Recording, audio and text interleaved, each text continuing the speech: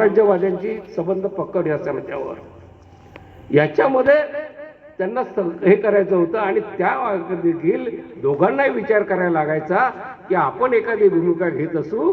गांधीजींनाही आणि गांधीजींच्या काँग्रेसला देखील वाटायचं, ब्रिटिशांना देखील वाटायचं डॉक्टर बाबासाहेब आंबेडकरांची भूमिका काय, एवढी देखील त्या काळात त्यांनी हे केलेलं होतं. आज मात्र आपल्याला कोणी विचारत नाही कोणी काय भूमिका घ्यायची, याच्या कारणात नंतर येतो आपण.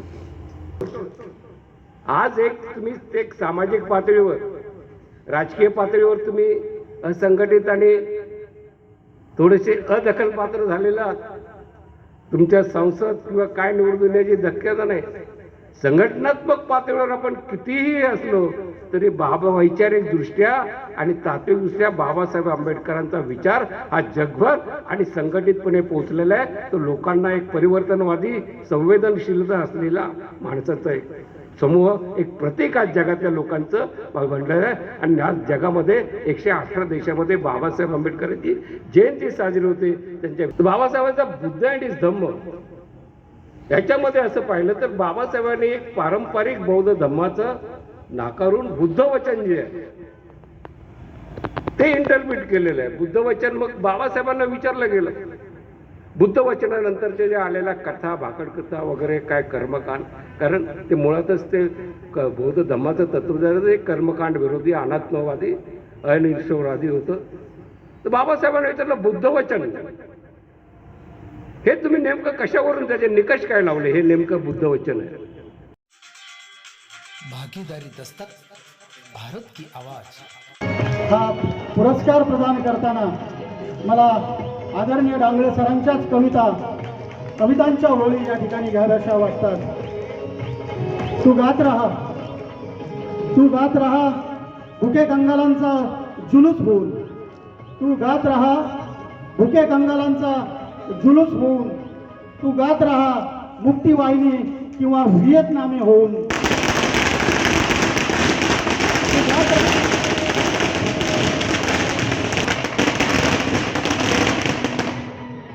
तू गात राहा चौदार तळ्याचा सत्याग्रह होऊन. तू गायलाच हवे त्यांनी त्यांच्या बंदिस्त सूर्याकडे कूच करेपर्यंत तू गा गा गा बिंदास्त गा. डॉक्टर बाबासाहेब आंबेडकर यांच्या क्रांतिकारी विचारांना मी अभिवादन करतो. आजच्या या सामाजिक कृतज्ञता निधीचा पुरस्कार प्रदान प्रसंगी ज्यांच्या प्रेरणेतून हा पुरस्कार प्रदान करण्यात येत आहे त्या मिलिंद कॉलेजच्या प्राचार्या डॉक्टर वैशाली प्रधान, बुरखुले सर, या कॉलेजचे सगळे विद्यार्थी, स्टाफ, सगळे प्राध्यापक आणि समोर बसलेले माझे सगळे जुने नेही सगळे कुछ भालेकर आहेत, पावतोगे सर आहेत, आदरणीय भंतेजी. खरं म्हणजे इतर वेळी भाषण करताना अंगात चैतन्य आणि विचार करावा लागत नाही बोलण्यात, त्यावेळी मोर्चात वगैरे. पण खरं म्हणजे आज मी खऱ्या अर्थाने गुलाबाच्या ह्या गुच्छाने, सत्काराने, आपल्या प्रेमाने भारावून गेलेलो आहे. कारण खूप सन्मान, सत्कार, संघर्ष वगैरे करावे लागले. पण ज्या बाबासाहेब आंबेडकरांच्या पदस्पर्शाने ही भूमी पावन, त्याला आपण पावन आपण म्हणत नाही, पण एक क्रांती तीर्थ बनलेलं आहे. ईश्वरने सांगितल्याप्रमाणे एक विचाराची त्या ही सोसायटीच्या मिलिंद कॉलेजच्या वतीने हा पुरस्कार देतोय. मला वाटतं नेल्सन मंडेला काय किंवा काय राष्ट्रीय पुरस्कार तामिळनाडूचे, हा माझ्या जीवनातला मी सगळ्यात मोठा पुरस्कार मानतो. कारण एक गोष्ट अशी आहे की या भूमीने मिलिंद कॉलेजच्या, मी औरंगाबाद शहराशी चळवळीच्या निमित्ताने अगदी 71-72 पासून दलित क्रांतीची चळवळ होती, शिष्यवृत्तीचे लढे झाले,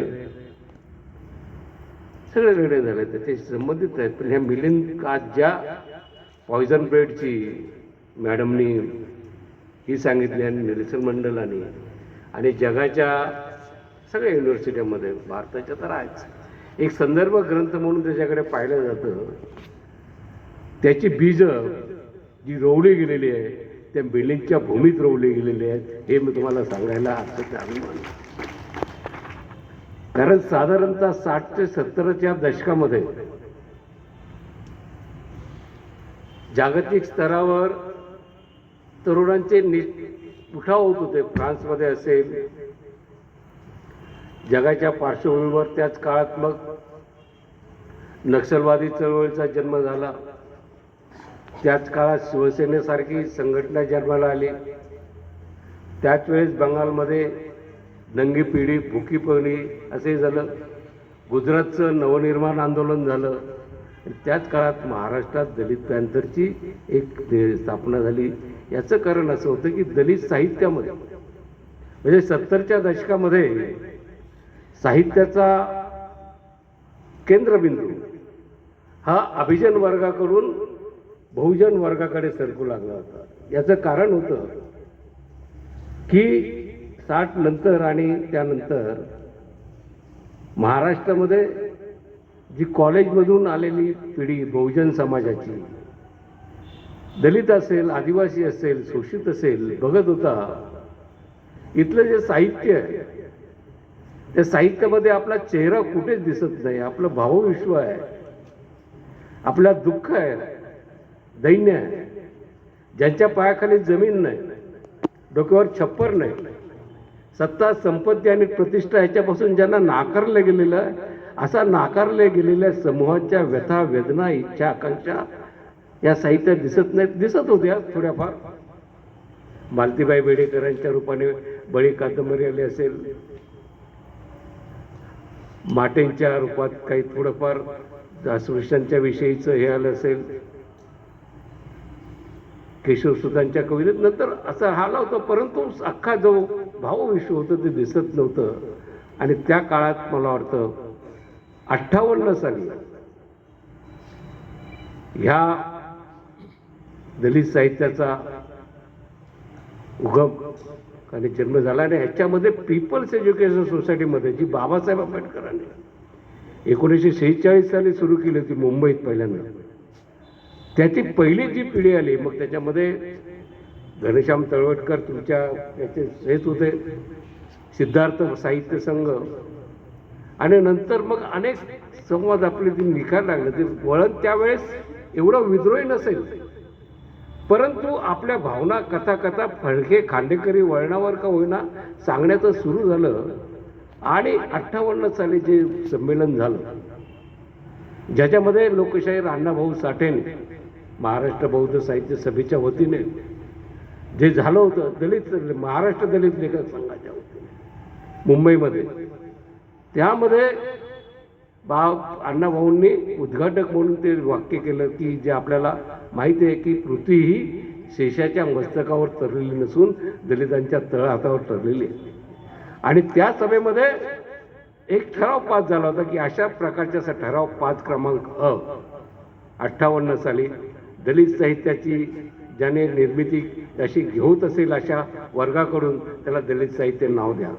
मी याच्यासाठी सांगतो की दलित साहित्य हे नाव काय कुणाच्या एका व्यक्तीच्या डोक्यातून आलेलं नाही, ते चळवळीतून आलेलं नाव आहे. आणि आपल्याला जर पुढे बदलायचं असेल, काय करायचं असेल, नंतर त्याला खूप आंबेडकरी प्रेरणेचं साहित्य, फुले आंबेडकरी प्रेरणेचं साहित्य, विद्रोही साहित्य, परिवर्तन साहित्य, उठाव साहित्य, अनेक नावं दिली गेली. परंतु अनेक नावं दिली गेली असेल तरी मॅडमने आणि सगळ्यांनी सांगितल्याप्रमाणे आणि दलित साहित्याचं मूळ स्रोत हे बाबासाहेब आंबेडकरांच्या विचाराचं प्रेरणास्रोत हे मूळ बाबासाहेब आंबेडकरांचा विचाराचा गाभा आहे, हे कोणीही नाकारू शकणार नाही. कारण बाबासाहेब आंबेडकर आले, मग अशी मुलांनी गाणं गायलं, भीमा तू काय होतं पहिलं कोटी कोटी तुला वंदन कोटी कोटी, तू उजाड मारवाडीमध्ये हे केलं होतं बाबासाहेबांचं. पण ह्या सामाजिक क्रांतीचा बाबासाहेब आंबेडकरांच्या एका वाक्यात हे करायचं असेल तर ज्या लोकांच्या पायात, ज्या समाजाच्या पायात घालायला चप्पल नव्हती, बाबासाहेब आंबेडकरांच्या चळवळीने, या चळवळीने त्यांच्या पायाखाली चप्पल नव्हती, त्यांच्या पायाखाली मोटरीचा ॲक्सिलेटर आणला. ही बाबासाहेब आंबेडकरांच्या चळवळीची मोठी किंमत आहे. 20 साली बाबासाहेब आंबेडकरांनी बहिष्कृतिकारण्याची स्थापना केली. शिका, संघटित व्हा, संघर्ष करा, हे त्याचं घोषवाक्य आहे. आणि त्याचे अध्यक्ष कोण होते तुम्हाला सांगतो. बाबासाहेबांचे आपण फक्त दलितांचे नेते वगैरे बोलतो, त्याचे अध्यक्ष होते सर चिमणलाल सेटलवाड. सर चिमणलाल सेटलवाड हे कोण तुम्हाला माहिती आहे का? आपले टिस्टर सेटलवाड आहेत, तिचे पंजोब. आणि सगळे त्या समाजात सगळीच मंडळी होती संबंध. ह्या बाबासाहेब आंबेडकरांच्या व्यापक भूमिकेमुळे एक बाबासाहेबांनी भूमिका घेतली. 1936 साली स्थापन केलेला स्वतंत्र मजूर पक्ष, ज्याचा झेंडा लाल होता आणि कुठल्याही क्रांतिकारक चळवळीपेक्षा त्या पक्षाचा जाहीरनामा अत्यंत क्रांतिकारक होता. आणि त्याच्यामध्ये सगळ्या समाजाचे आचार्य मोवा दोंडे, भाऊसाहेब राऊत, टिपणीस, भाई आनंद चित्रे, अशा सगळ्या समाजाचे आणि सर्वसमावेशक लोक त्याच्यात होते. आणि त्या 36 सालच्या याच्यानंतर बाबासाहेब आंबेडकरांनी नंतर शेड्यूल कास्ट फेडरेशन 1942 साली गेली. त्यावेळेस अनेकांना आश्चर्य वाटले, एवढी व्यापक आणि सर्वसमावेशक कामगारांची भूमिका घेणारे बाबासाहेब आंबेडकर स्वतंत्र मजूर पक्षाकडून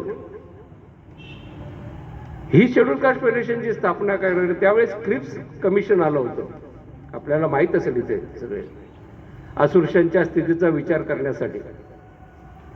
आणि बाबासाहेबांनी देखील त्यावेळेस निवेदन दिलं, आय वॉन्ट टू रिप्रेझेंट. कमिशनने त्यांना विचारलं, to whom if you are going to represent, to whom you are going to represent, whether laborers or untouchables. म्हणजे तुम्ही बाबासाहेब कामगारांच्या वतीने तुम्ही येणार आहात की अस्पृश्यांच्या वतीने येणार आहात? त्यावेळेस बाबासाहेबांना वाटलं की ह्या देशामध्ये कामगारांच्या विषयी बोलणारा, त्यावेळेस आयटक सारखी चळवळ होती, इंटक सारखे असेच कामगारांचे प्रश्न, समाजवाद्यांच्या चळवळ होत्या, कम्युनिस्टांच्या होत्या, काँग्रेसच्या होत्या, कामगारांविषयी एक लढे दिले जात होते. पण या देशातील पायाखाली नाही रे समूह वर्गाचं, ज्याला सामाजिक त्याने नाकारलेलं, अशा समाजाच्या वतीने बोलणारा कोणी नव्हता. बाबासाहेबांनी सांगितलं त्यावेळेस त्यांनी ते मग त्यांनी ते स्वतंत्र मजूर पक्ष करून 1942 साली शेड्यूल कास्ट फेडरेशन स्थापन केली. आणि त्यावेळी देशातल्या सगळ्या संघटना होत्या, एन शिवराजपासून श्रीनिवासन वगैरे, ह्या सगळ्या एक शेड्यूल कास्ट फेडरेशन स्थापन केलं. शेड्यूल कास्ट फेडरेशनचा आवाका मोठा होता, परंतु पुढे देखील बाबासाहेब आंबेडकर ज्यावेळेस त्यांच्या लक्षात आलं, राजकारण करत राहिले संबंध. एकीकडे त्यावेळेस तुम्ही राजकारण, बाबासाहेब आंबेडकरांचं राजकारण करायला त्यांना किती कठीण होतं. राज्यवाद्यांची संबंध पकड या समाजावर, याच्यामध्ये त्यांना हे करायचं होतं. आणि त्या देखील दोघांनाही विचार करायला लागायचा की आपण एखादी भूमिका घेत असू. गांधीजींनाही आणि गांधीजींच्या काँग्रेसला देखील वाटायचं, ब्रिटिशांना देखील वाटायचं डॉक्टर बाबासाहेब आंबेडकरांची भूमिका काय, एवढी देखील त्या काळात त्यांनी हे केलेलं होतं. आज मात्र आपल्याला कोणी विचारत नाही कोणी काय भूमिका घ्यायची, याच्या कारणात नंतर येतो आपण. आणि हे 1942 झाल्यानंतर बाबासाहेब आंबेडकरांनी सातत्याने, केवळ ते अस्पृश्यांचे पुढारी नव्हते, आम्ही एक आपल्या डोक्यातला एक सगळ्यांनी विचार करा, आपण बाबासाहेब म्हणजे दलितांचे मसिहा, अस्पृश्यांचे नेते आहेत, ठीक आहे, बाबासाहेबांच्या वर्गात निश्चितच हे केलं. परंतु देशातील आज आपण जर परिस्थिती बघितली तर आज खऱ्या अर्थाने जगातील मानवमुक्तीच्या लढ्याचे नेते हे डॉक्टर बाबासाहेब आंबेडकर आहेत, हे आपण गौरवाने सांगितलं पाहिजे. कारण आज आपण फिरतो, आज तुम्ही एक सामाजिक पातळीवर, राजकीय पातळीवर तुम्ही असंघटित आणि थोडेसे अदखलपात्र झालेला, तुमच्या संसद किंवा काय निवडून येण्याची धक्क्याचा नाही. संघटनात्मक पातळीवर आपण कितीही असलो तरी वैचारिक दृष्ट्या आणि तात्विकदृष्ट्या बाबासाहेब आंबेडकरांचा विचार हा जगभर आणि संघटितपणे पोहोचलेला आहे. तो लोकांना एक परिवर्तनवादी संवेदनशीलता असलेला माणसाचा एक समूह, एक प्रतीक आज जगातल्या लोकांचं बनलेलं आहे. आणि आज जगामध्ये 118 देशामध्ये बाबासाहेब आंबेडकरांची जयंती साजरी होते, त्यांच्या विचाराची होते. बाबासाहेब आंबेडकरांचा विचार हा केवळ बाबासाहेब आंबेडकर लोकशाहीवादी होते, लोकशाहीवादी होतो. आज जो संकोच होतोय लोकशाही वृत्तीचा, लोकशाहीवादी होते म्हणजे नेमकं काय? बाबासाहेब आंबेडकरांना he wanted socialisation of democracy, लोकशाहीचं सामाजिकीकरण करण्याचा त्यांचा विचार होता. कारण त्यांच्या मते लोकशाही हा केवळ एक शासन यंत्रणेचा प्रकार नाहीये. लोकशाही हा जीवन ऑफ मार्ग, वे ऑफ लाईफ. शेवटच्या माणसापर्यंत त्याच्या संधीला वाव मिळाला पाहिजे. त्याच्यावर जो सामाजिक, धार्मिक, सांस्कृतिक शेकडो वर्ष या विशेषतः जातीव्यवस्थेमध्ये जो अन्याय झालेला आहे त्याला वाव मिळाला पाहिजे. त्याच्या व्यक्तित्वाचा विकास झाला पाहिजे, त्या समूहाचा विकास झाला पाहिजे. विकास म्हणजे सामाजिक विकास, सांस्कृतिक विकास, त्याला अर्थाने लोकशाही म्हणायचे. आणि बाबासाहेब आंबेडकर खऱ्या अर्थाने लोकशाहीवादी होते. ते या अर्थाने बुद्ध धम्माचा देखील आपण त्यांच्याकडे स्वीकार करताना केवळ ते फार धार्मिक वृत्तीचे होतेच बाबासाहेब, थोडं म्हणजे साधविक होते वेगळ्या अर्थाने. परंतु बौद्ध धम्माचा स्वीकार अनेक लोक विचारतात की बाबासाहेब आंबेडकरांनी 50 साली घटना लिहिली, संविधान लिहिलं भारताचं, आणि 50 साली घटना लिहिल्यानंतर बाबासाहेब आंबेडकरांनी बौद्ध धम्माचा स्वीकार का केला? त्यांना असं वाटत होतं. आणि त्यांची जी घोषणा आहे, आपण आणि ते लोक अर्थ चुकीचं लावतो, भारतली बौद्धमय करेन, म्हणजे नेमकं काय करेन? बाबासाहेब आंबेडकरांनी घटनेमध्ये स्वातंत्र्य, समता आणि बंधुत्व, एक माणूस एक मूल्य, आणि इथल्या माणसाला जातीच्या, धर्माच्या, लिंग भेदाच्या याच्यावरून नाकारणं, याला नकार दिला होता. आणि बौद्ध धर्मामध्ये असलेली तत्व बाबासाहेब आंबेडकरांनी वेगळ्या मार्गाने पाहिलेली आहेत, आपल्याला माहित असेल. एक विज्ञाननिष्ठ कार्यकारण भावाचा सिद्धांत, भंतेजी इथे बसले, प्रत्येक समुत्पादाचा सिद्धांत, जे एक विज्ञानाच्या जवळपास असलेला समाजाचा विचार करणारा. आणि बुद्ध आणि धम्माचं इंटरप्रिटेशन त्यांनी ज्या ग्रंथात केलेलं आहे तो पी सोसायटीतर्फेच भदंत आनंद कौशल्य यांनी पहिल्यांदा हिंदीत अनुवाद केला, नंतर रेगे सर, मग चिटणीस सर आणि तळवटकर आणि मराठीत पी सोसायटीनेच केलेला आहे तो. बाबासाहेबांचा बुद्ध आणि धम्म याच्यामध्ये असं पाहिलं तर बाबासाहेबांनी एक पारंपरिक बौद्ध धम्माचं नाकारून बुद्ध वचन जे आहे ते इंटरप्रिट केलेलं आहे. बुद्ध वचन मग बाबासाहेबांना विचारलं गेलं, बुद्ध वचनानंतरच्या ज्या आलेल्या कथा, भाकडकथा वगैरे, काय कर्मकांड, कारण ते मुळातच ते बौद्ध धम्माचं तत्वज्ञान एक कर्मकांड विरोधी, अनात्मवादी, अनिश्वरवादी होतं. तर बाबासाहेबांना विचारलं बुद्ध वचन हे तुम्ही नेमकं कशावरून, त्याचे निकष काय लावले, हे नेमकं बुद्ध वचन आहे? तर बाबासाहेब म्हणाले जे जे रॅशनल आहे, विवेकी आहे, आणि जे मानवी कल्याणाचा विचार करतं ते बुद्धाचं वचन आहे. कारण बुद्धाचा विचार तेच होता आणि बाबासाहेबांचे विचार तोच मानलेला आहे. आणि बाबासाहेबांवर त्याच्यावर टीकाही झाली. पारंपरिक बौद्ध धर्म, महाबोधी सोसायटी असेल कलकत्त्याची, त्यांनी सांगितलं it is not an Ambedkari, it is not a Buddhism, it is an Ambedkarism. तर बाबासाहेबांचा दृष्टिकोन, मी मगाशी जो त्यांनी संविधान लिहिल्यानंतर बौद्ध धर्म स्वीकारला, भारत बौद्धमय करेल, याचा अर्थ आपण या संविधानामध्ये जी मूल्ये सांगितलेली आहे ती मूल्य ही बुद्ध धर्माच्या तत्वज्ञानाची सुसंगत, कालसुसंगत, लोकशाही प्रधान अशी होती. आणि ती त्याचा प्रचार व्हावा जास्तीत जास्त, म्हणून बाबासाहेब आंबेडकरांनी बौद्ध तत्वज्ञान स्वीकारलंय, हे आपण लक्षात घेतलं पाहिजे. आणि म्हणून हा विचार करत असताना आपण बाबासाहेब आंबेडकरांच्या चळवळीचा विचार, तर आपल्याला सगळंच माहिती आहे. एक माणूस जरी धम्माच्या दृष्टीने होते तरी त्यांचे न्याय हक्कासाठी, मग चौदार तळ्याचा सत्याग्रह असेल 27 साली केलेला, 30 साली केलेला काळाराम मंदिराचा सत्याग्रह असेल, गोलमेज परिषदामध्ये त्यांनी महात्मा गांधींच्या आणि काँग्रेसच्या संदर्भात हे विवाद झाले.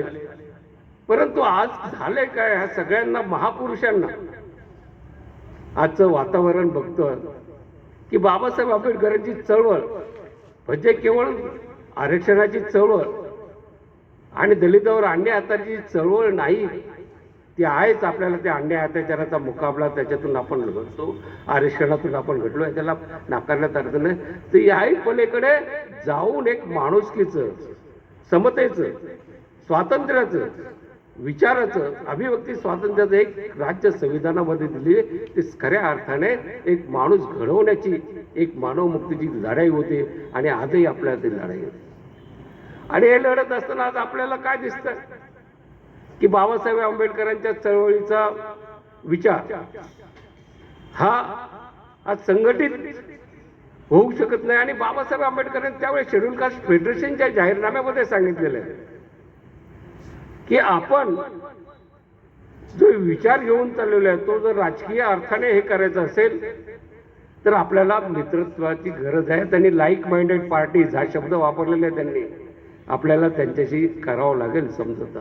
आणि बाबासाहेबांनी केलं त्यावेळेस समाज अशोक मेहता असतील, नंतर संयुक्त महाराष्ट्र चळवळीमध्ये त्यावेळेस संयुक्त महाराष्ट्राचं नेतृत्व करावं हे बाबासाहेब आंबेडकरांकडे प्रपोजल घेऊन प्रबोधनकार ठाकरे वगैरे गेले. दिल्लीत डांगे, एस.एन. जोशी हे बाबासाहेबांना भेटले. त्यावेळेस बाबासाहेबांनी सांगितलं की तुम्ही मुंबईत जाऊन कर्मवीर दादासाहेब गायकवाडांना भेटा आणि आपण ती संयुक्त महाराष्ट्राची सगळ्या लाईक माइंडेड पार्टीची आपण हे केली, संयुक्त महाराष्ट्राचा लढा लढवला. म्हणजे बाबासाहेब आंबेडकर एका व्यापक आणि सर्वसमावेशक जाणीवेने काम करत होते. समाजाचं सामाजिक हित कशात आहे त्यांना माहीत होतं. आणि म्हणूनच मग आपण 42 साली स्थापन केलेला शेड्यूल कास्ट फेडरेशन, त्यांना परत असं वाटलं की एका जातीच्या पायावर आपण केलेला पक्ष राजकारणात तग धरू शकत नाही. कारण 1952च्या निवडणुकीमध्ये त्यांचा कादरोळकरांकडून काँग्रेसकडून पराभव झाला. तिथे भंडाऱ्याची पोटनिवडणूक होते, तिथे बोरकरांकडून तिथेच पराभव झाला. आणि बाबासाहेबांना असं एक जाणवलं की खऱ्या अर्थाने लोकशाहीमध्ये आणि त्यावेळेस जे काँग्रेसचं एक त्यांना एक राक्षसी बहुमत असं त्यांनी एक शब्द वापरलेला आहे, ते जर आणि लोकशाही टिकवायची असेल तर विरोधी पक्षाची अत्यंत आवश्यकता आहे. बाबासाहेबांचं जर खुलं पत्र जर आपण वाचलं, an open letter to Indian people, Babasaheb आंबेडकरांचं खुलं पत्र ते वाचलं तर त्याच्यात त्याने सांगितलेलं आहे की ह्या देशामध्ये लोकशाही टिकवायची असेल तर या देशामध्ये प्रबळ परत विरोधी पक्ष पाहिजे. पण ज्यांना लोकशाही टिकवायची नसते ते विरोधी पक्षावर कशा धाडी घालत असतात. मग ईडी, सीबीआयच्या आणि याच्या माध्यमातून म्हणजे लोकशाहीचा एकूण कसा मुर्दा पाडायचा हे आपण पाहिलं. आणि एक देशामध्ये जे वातावरण म्हणजे बोलायला हरकत नाही की बाबासाहेब आंबेडकरांनी रेव्होल्युशन आणि पहिला त्यांचा ग्रंथ, आपण त्यांचे ग्रंथ जर पाहिले तर हा विचार साधारणतः कास्ट इन इंडिया 1919 साली लिहिला. त्यांनी जो पहिला त्याच्यात विचार मांडला आहे की एक आपल्याला ही व्हर्टिकल समाज रचना नको आहे, हॉरिझॉन्टल सामाजिक पुनर्रचना केली पाहिजे, सोशल रिकन्स्ट्रक्शन हा बाबासाहेबांचा शब्द आहे. आजकाल आपण बघतो बाबासाहेब आंबेडकरांनी विचार हा सोशल रिकन्स्ट्रक्शनचा विचार काय होता, तो समरसतेचा नव्हता. समरसता म्हणजे वापरतात बीजेपीवाले, RSSवाले सामाजिक समरसता म्हणजे आपण एकमेकाशी भेटायचं, बोलायचं, काय रामराम जाता जय श्रीराम झालं त्याचं बोलायचं झालं. काँग्रेसचे शब्द आला सामाजिक अभिसरणाच्या नावाखाली की चला आपण आणखीन जवळ येऊया, निवडणुकीत येऊया, चहापान करूया, जरा आणखीन जवळ येऊया. परंतु आंबेडकरी चळवळीला समरसताही सामाजिक समरसता मान्य नाही, अभिसरणही मान्य नाही. आंबेडकरी चळवळ ही टोटल चेंज, सम्यक सामाजिक परिवर्तन करू इच्छिते आणि हाच बाबासाहेबांचा विचार आहे. संबंधाची व्यवस्था आहे. आज कारण समाजामध्ये ज्या उतरंडी होत्या, समाजामध्ये जातीच्या धर्माच्या नावावर जे चाललेलं होतं ते संबंध एक माणूस म्हणून जगण्याची, एक माणूस म्हणून आपल्याला उभं राहण्याची जिद्द होती आम्हाला केवळ. आणि मग दलित पॅंथरची आणि दलित साहित्याच्या चळवळीचा हाच गाभा होता. बाबूराव बागुलांनी ज्यावेळेस पी सोसायटीच्याच प्रांगणात त्याची मुळं धरलेली आहेत. 1967 साली, त्याच्यानंतर मी जेव्हा पाठवणचा 67 साली त्यावेळेस मुंबईत संमेलन झालं, त्यावेळेस मी विद्यार्थी होतो.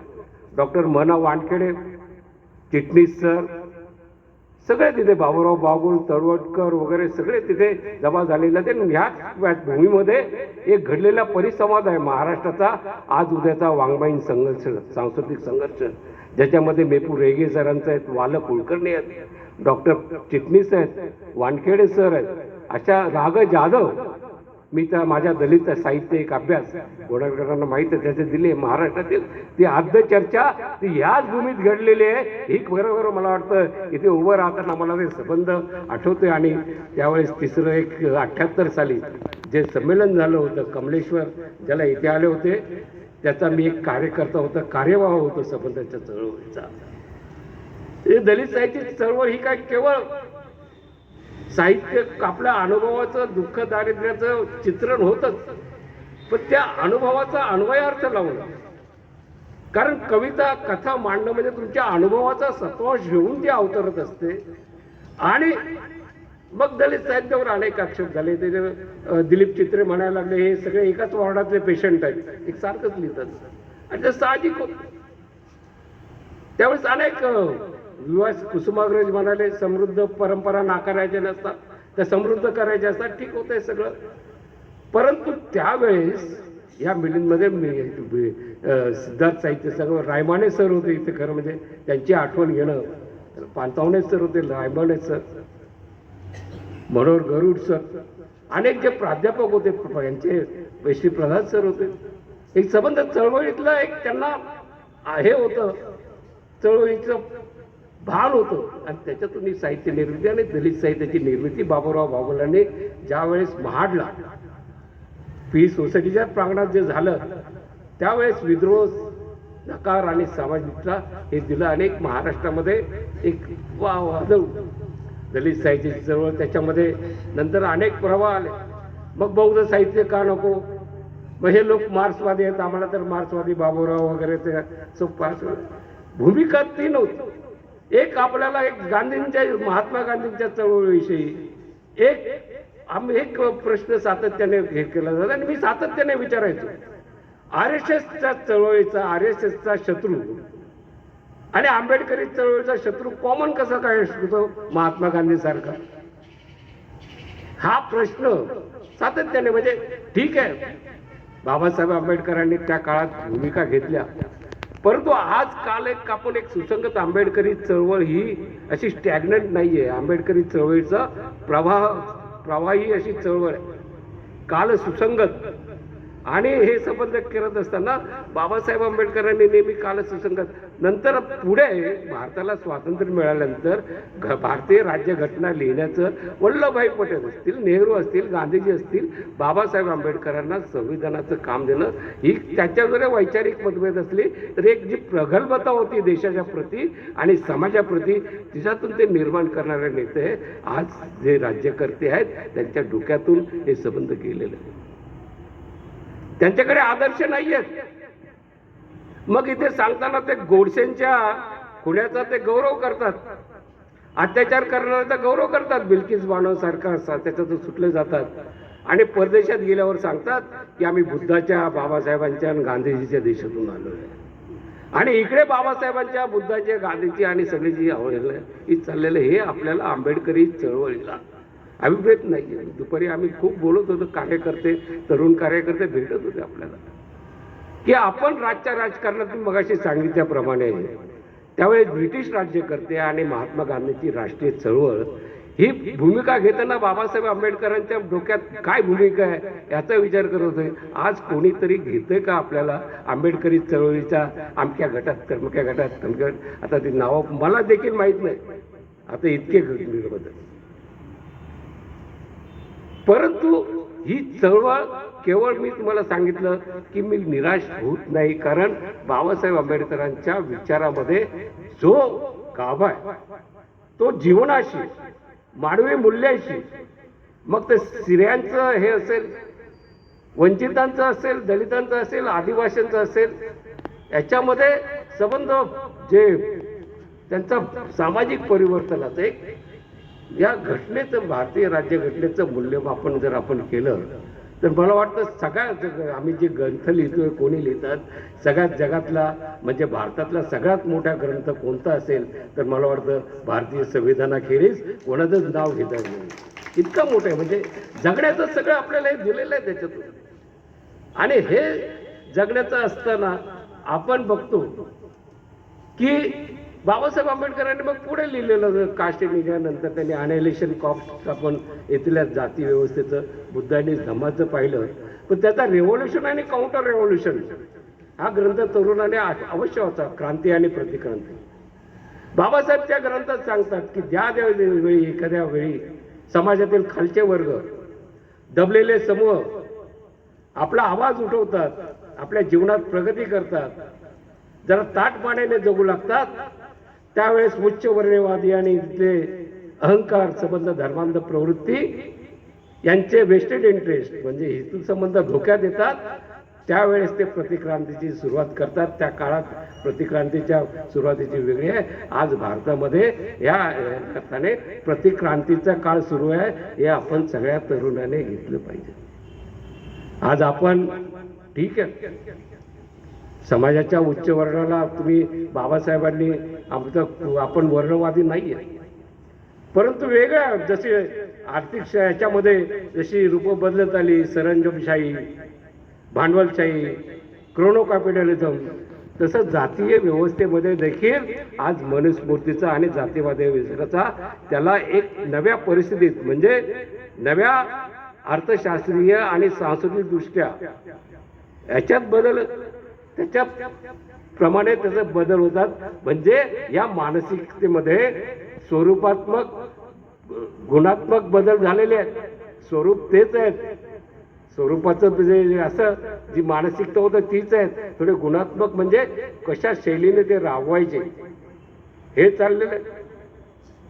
म्हणून आज आपण बघताना बाबासाहेबांच्या आणि हा पुरस्कार स्वीकारत असताना मी मगाशी हे होत होतं, पुढच्या आपल्या सगळ्यांच्या पुढे आपण तर आहोत आज इथे, परंतु पुढच्या पिढीच्या हाती बाबासाहेब, फुले, शाहू महाराज हे आपले आदर्श हे कुठच्या परिस्थितीत सोपवायचे आहेत त्यांना. इथे जर त्यांच्याकडे कुठचे आदर्श नाही आहेत, मग शिवाजी महाराजांना जो रयतेचा राजा,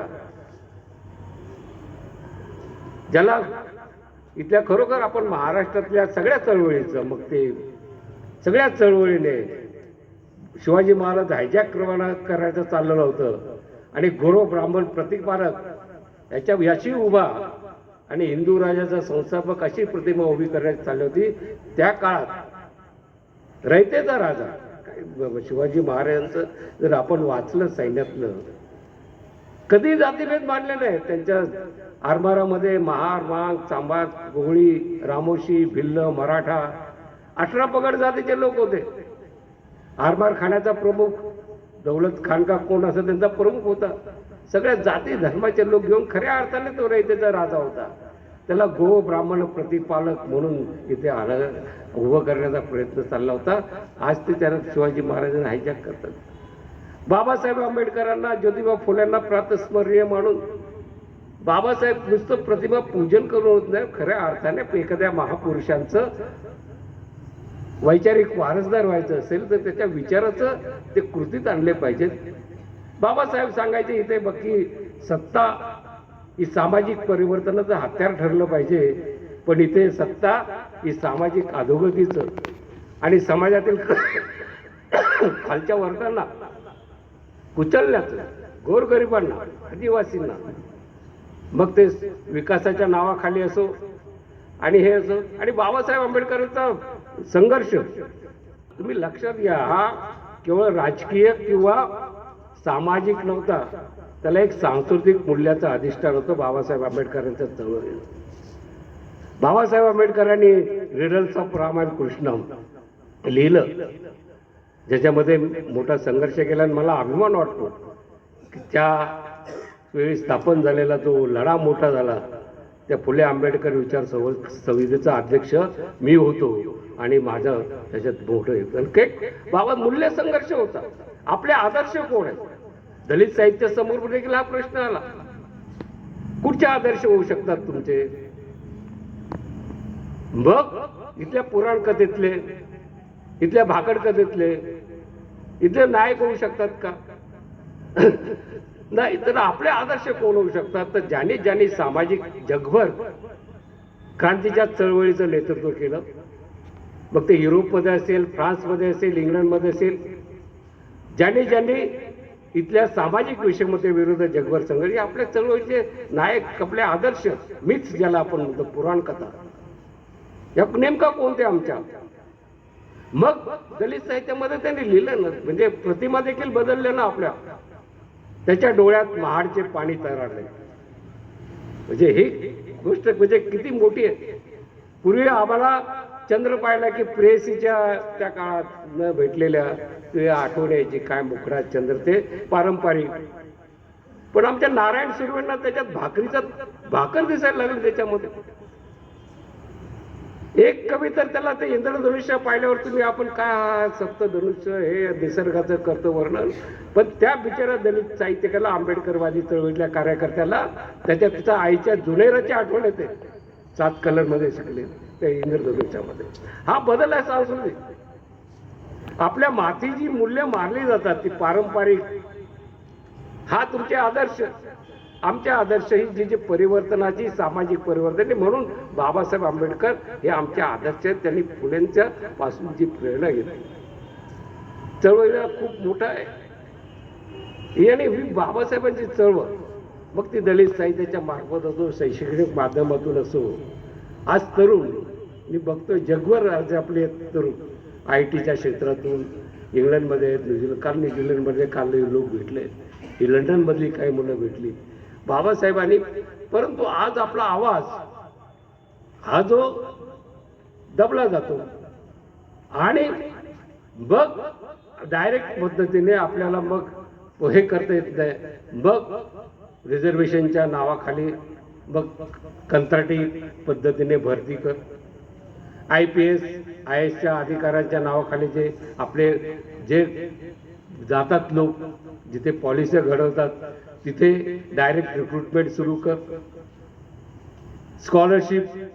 मग ते विद्यार्थी बाबासाहेब आंबेडकरांच्या जीवनावर, चरित्रावर आणि याच्यावर करतात, तिच्यात मग खोडा घाल, किंवा अशा अनेक पद्धती करून करून आपल्याला एक संबंध हे झाले पाहिजे. पण ही आपली जाणीव आहे, मी अशी सांगितल्याप्रमाणे, की बाबासाहेबांचा विचार हा क्रांतिकारी, मूलभूत सामाजिक परिवर्तनाचा, सांस्कृतिक परिवर्तनाचा, आर्थिक परिवर्तनाचा देखील.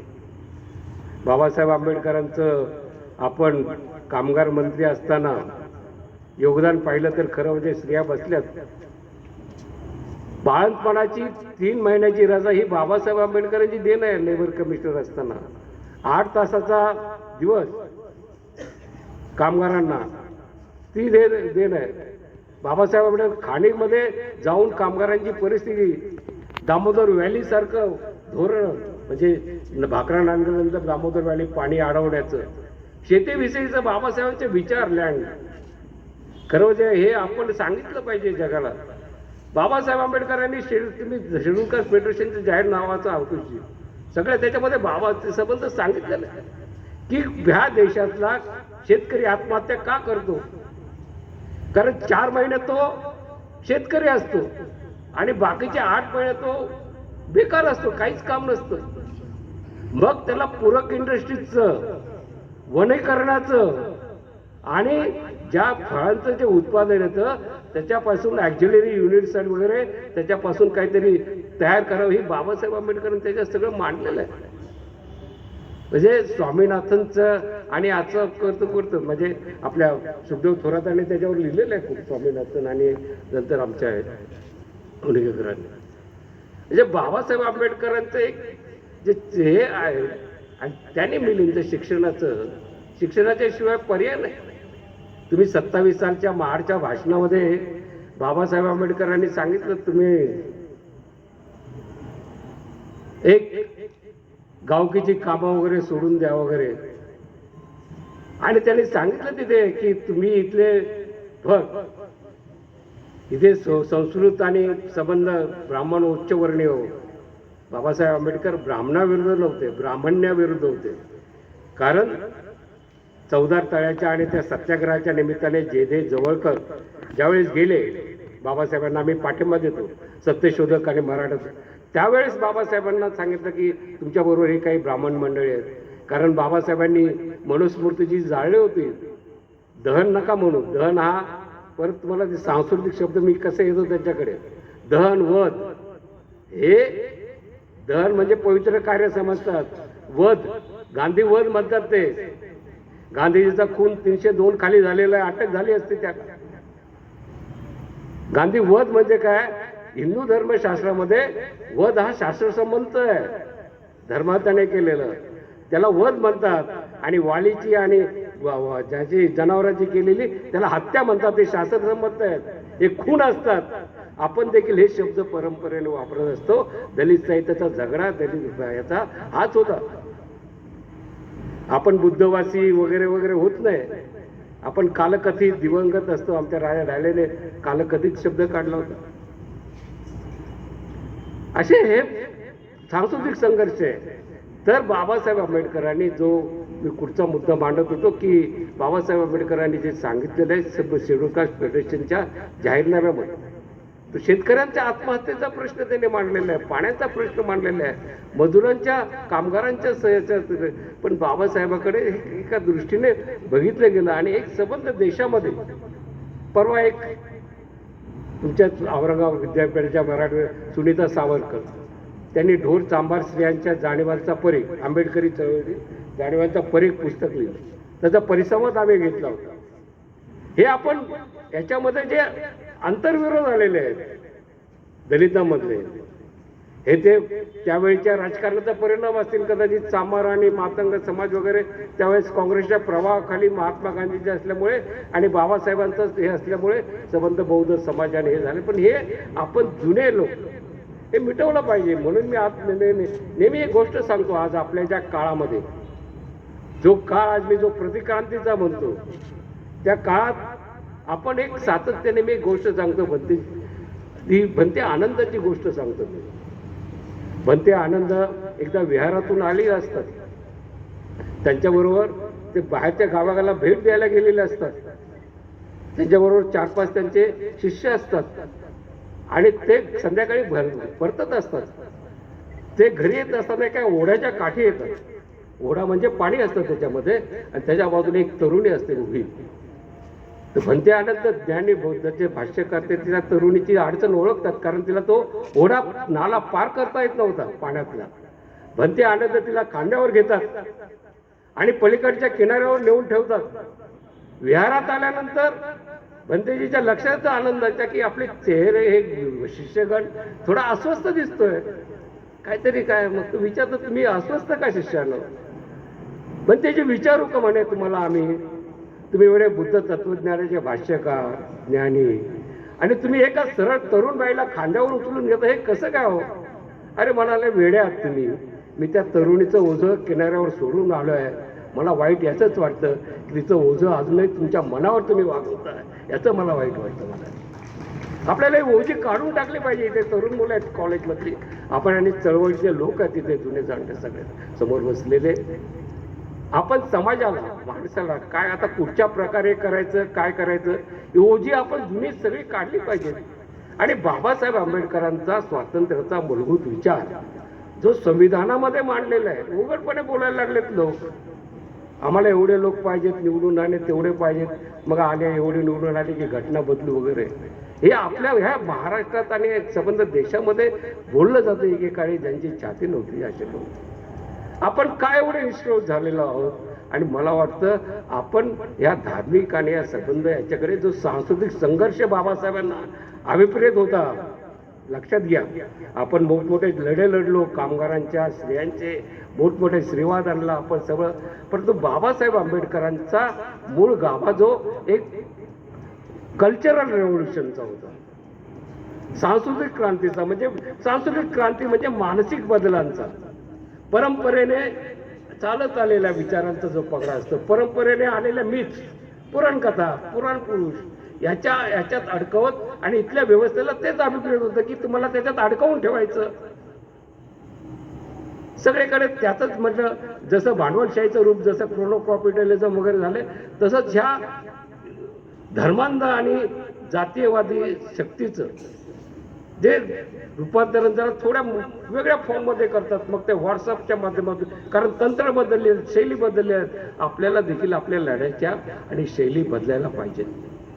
आपण देखील आपले विचार, समतेचा विचार, संविधानाचा विचार, आज खऱ्या अर्थाने बाबासाहेबांचा विचार म्हणजे संविधानाचा आणि सामाजिक एक माणूस एक मूल्य हे जे नष्ट होत आहे राजकारणाकरता आणि राजकीय सत्ता प्राप्त होण्याकरता, आणि पुन्हा एकदा ह्या देशातील उच्चवर्णीयांना एक मनुस्मृती नव्या स्वरूपात, मनुस्मृती आपण जाळीत बाबासाहेब म्हणा त्याच्या वेगळ्या फॉर्ममध्ये, म्हणजे त्याचे संदर्भ बदललेले असतील, त्याचं स्वरूप बदललेलं असेल, पण तीच मानसिकता घेऊन पुन्हा एकदा एका प्रतिक्रांतीच्या वातावरणात आपण वावरत आहोत. या पुरस्काराच्या निमित्ताने या मिलिंदच्या एका क्रांतिकारक भूमीत जे समतेची, शिक्षणाची मुहूर्तमेढ डोळली, एका महापुरुषाच्या क्रांतिकारी विचाराच्या पदस्पर्शाने आणि विचाराने भारावलेलं इथे एकेकाळी मिलिंदचा विद्यार्थी असणं ही किती मोठी गोष्ट आहे. सांगतात अजूनही मला, भेटतात जरा मिलिंदमध्ये होते, यशवंत मनोहर सारखे होते, सुखदेव थोरात आहेत, खूप आहेत. भोगरे आमचे मित्र डॉक्टर महेंद्र भोगरे, हे त्याचा एक संबंध मिलिंदमधून कोण कोण इथून बाहेर पडून करतायत, त्याचं एक हे करतायत, किती लोक बाहेर पडले. आम्ही मिलिंद कॉलेजमधील असलो, मुंबईत असलो तरी मिलिंदच्या विचाराची जी भूमी आहे, ती क्रांतीची बीज आहे ती, आणि साहित्याच्या रूपाने आम्हाला ही ते दिली. खूप बोलता येण्यासारखं आहे, परंतु या निमित्ताने आपण माझा गौरव केलात. आपल्या सगळ्यांच्या पुढे, पुढच्या पिढीच्या हातामध्ये फुले शाहू आंबेडकरांचे क्रांतिकारी विचार हे कशा पद्धतीने आपण सोपवणार आहोत आणि त्याच्यामध्ये आपलं आहे तिथे योगदान काय असेल याची आपण थोडी जरी एक सामाजिक बांधिलकी भान बाळगून जरी गेलात तरी मला वाटतं या मिलिंदच्या भूमीत एक हा कृतज्ञता पुरस्कार स्वीकारताना मला एक अभिमान वाटेल. आपण माझा सगळ्यांनी प्रेमाने, खरं म्हणजे मला खूप भरून आलं होतं, परंतु ते बोलता बोलता ते त्याचं थोडं निरंजन झालं. खरं काय बोलावं हे सुचत नव्हतं, परंतु ही भूमीच अशी आहे की ते बोलायला लागलं की मला वाटतं परिवर्तनाचंच वारं अंगात वाहतं. अशा भूमीत आपण मला सत्कार केला आपल्या वैशालीताईंचं, त्यांच्या सगळ्या सहकाऱ्यांचं, आणि आपण अनेक मान्यवर मंडळी इथे बसलेले आहेत, तरुण विद्यार्थी बसले आहेत, सगळ्यांचं मी पुन्हा एकदा आभार मानून मी आपली रजा घेतो. जय भीम, जय भारत. चैनल को बचाना चाहते हो तो सब्सक्राइब, लाइक, शेयर करें.